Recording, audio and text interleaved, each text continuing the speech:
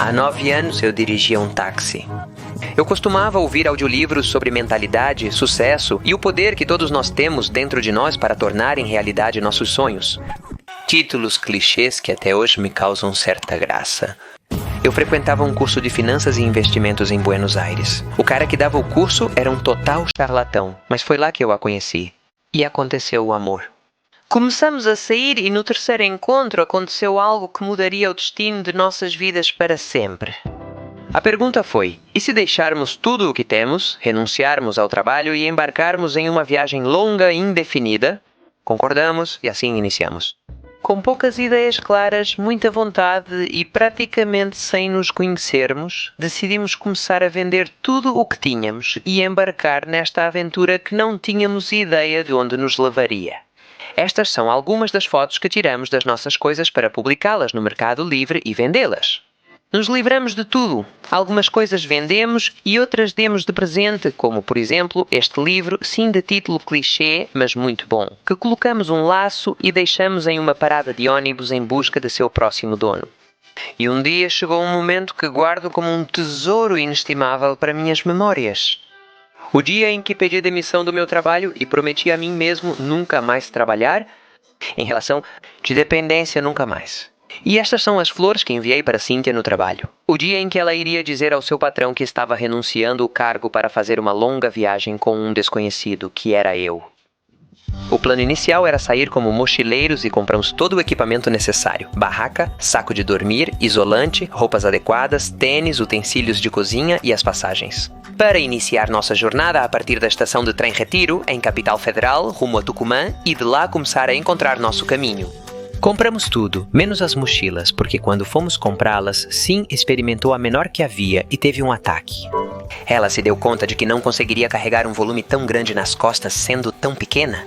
Tivemos que mudar de plano, decidimos fazer uma mudança drástica, perder nossas passagens de trem para Tucumã e procurar um veículo em que pudéssemos fazer essa viagem.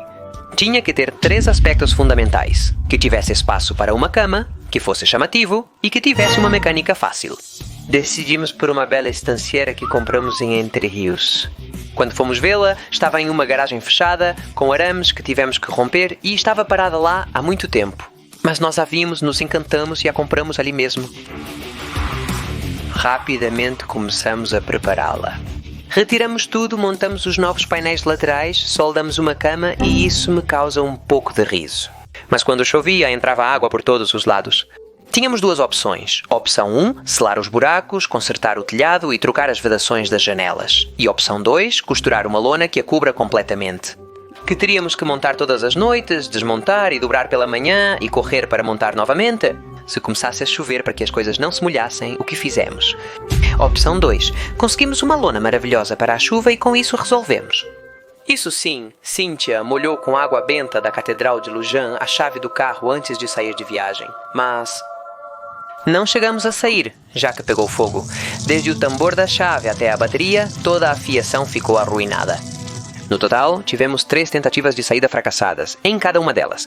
Toda a nossa família ia para a despedida, mas sempre acabávamos voltando. Até que na saída real e definitiva, apenas minha sogra nos despediu, dando início a uma nova e fantástica etapa em nossas vidas.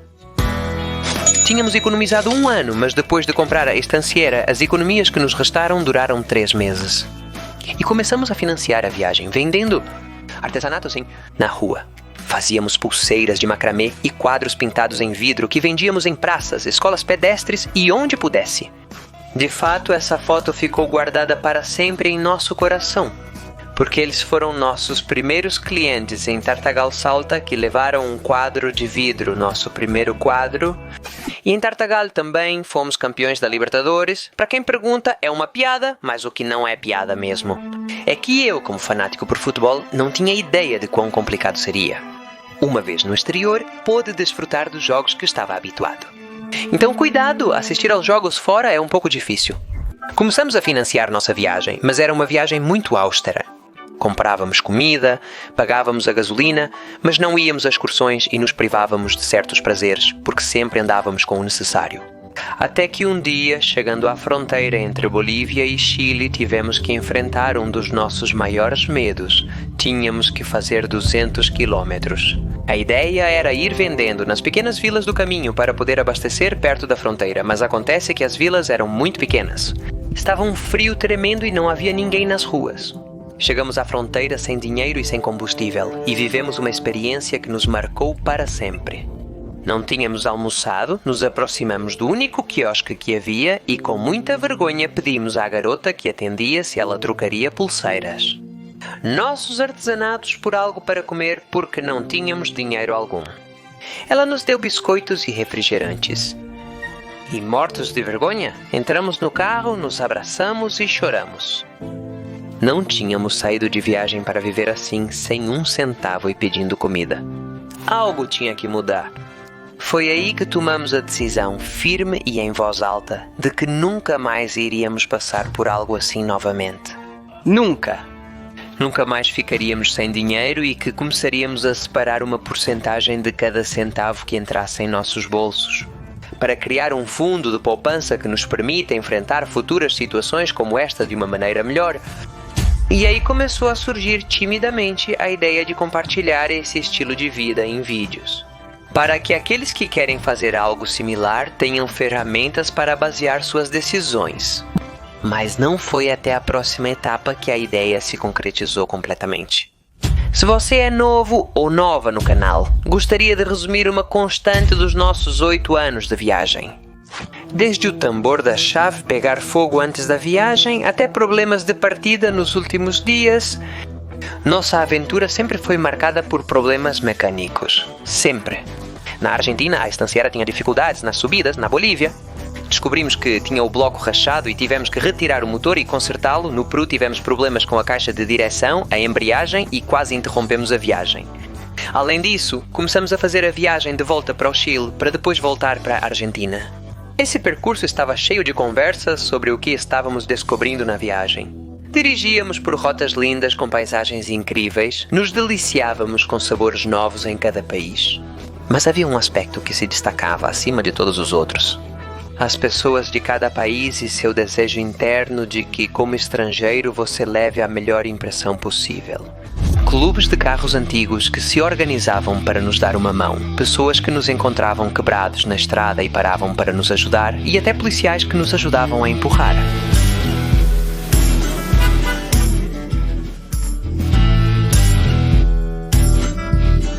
Preparem-se. Obrigada. Lá tomamos 2 decisões muito importantes. Uma, realmente desejamos viajar, então continuaríamos a viagem rumo ao norte. E 2, criaríamos nosso canal no YouTube para compartilhar nossa experiência. Criamos sem fins econômicos, mas procurando mostrar o que nós estávamos procurando antes de sair de viagem e não encontrávamos que era. Como era viver viajando em um espaço reduzido e como as pessoas te recebem em cada lugar que você chega em viagem. Hoje o YouTube ele está repleto de canais mostrando exatamente isso. E me dá uma enorme satisfação que seja assim e que cada vez mais pessoas possam descobrir porque viajar vale a pena. Naquele momento não sabíamos, mas essa decisão de criar nosso canal no YouTube sem querer iria transformar nossa viagem. Começamos com o YouTube, mas não foi fácil. Tive que aprender do zero um monte de habilidades que desconhecia completamente.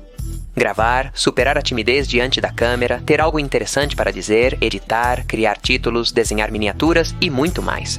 Quando você começa no YouTube, sente que tem que aprender e fazer um monte de coisas que desconhecia ao mesmo tempo. Enquanto isso, continuávamos nos financiando com os artesanatos. Então eu seguia trabalhando duro, gravando a viagem e compartilhando no YouTube. A comunidade começou a crescer, os vídeos começaram a alcançar mais pessoas, o canal foi se expandindo e de repente chegou a pandemia. Nos pegou entrando no México vindo de Belize e ficamos em Chetumal. Já não podíamos vender artesanatos porque não havia ninguém na rua. Então tomamos a decisão, impulsionados pela situação, de fazer do YouTube nossa principal fonte de renda. Foi aí que Cynthia se dedicou 100% ao canal e, timidamente, começamos a trabalhar com algumas marcas. Mais tarde, tomamos uma decisão que mudaria completamente nossa relação com as situações mecânicas que continuavam acontecendo na viagem.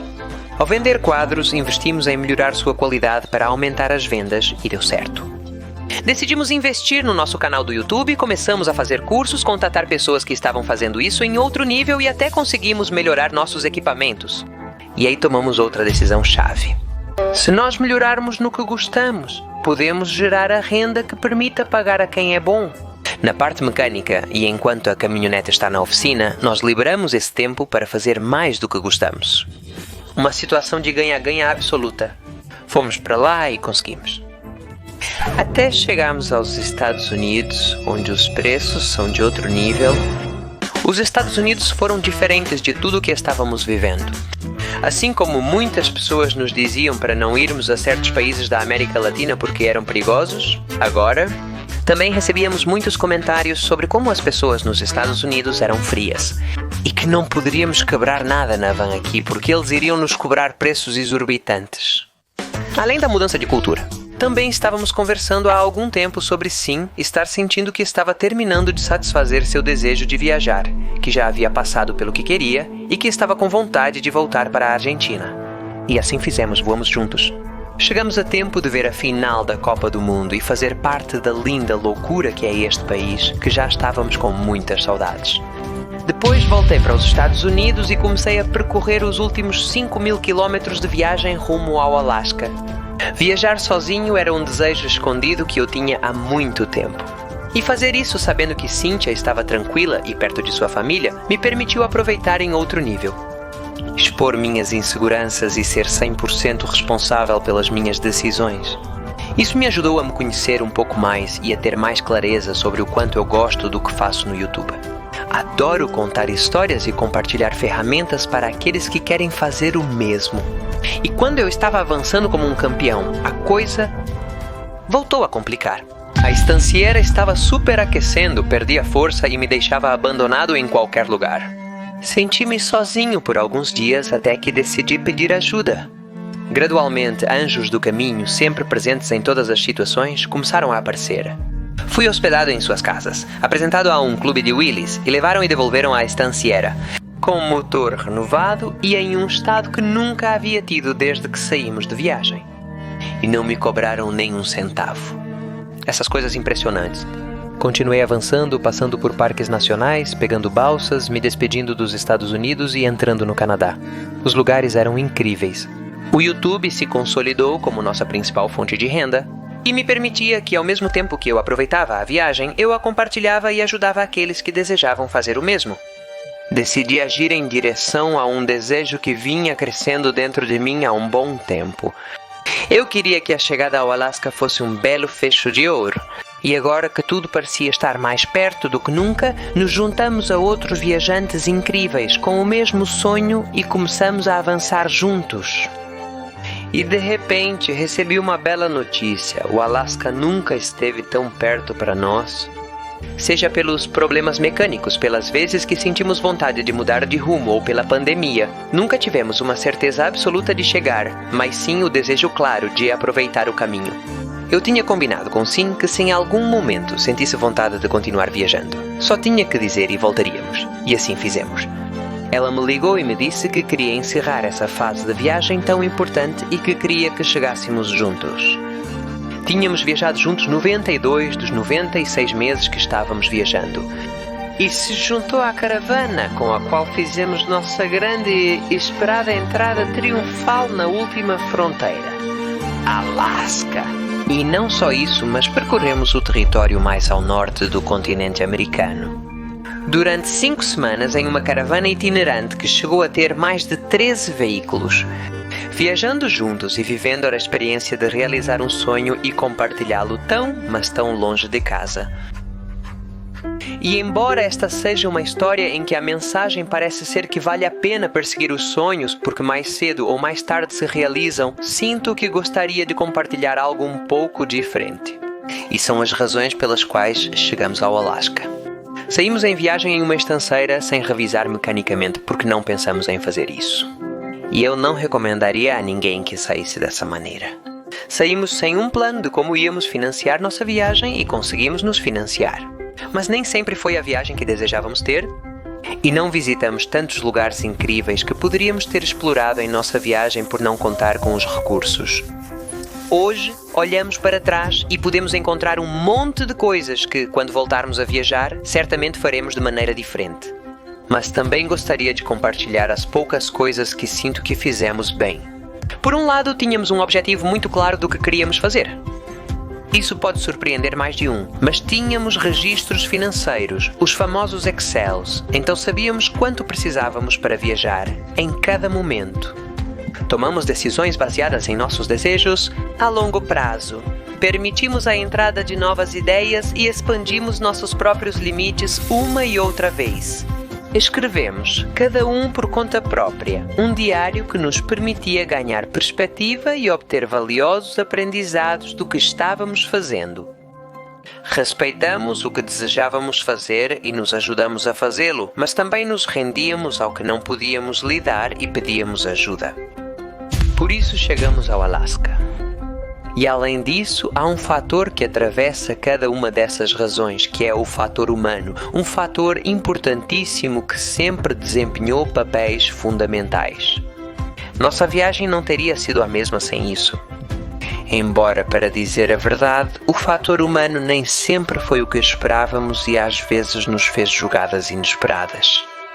No próximo vídeo, compartilharemos quais precauções tomar em países perigosos e o que você pode esperar do tratamento das pessoas ao fazer uma viagem de motorhome da Argentina ao Alasca.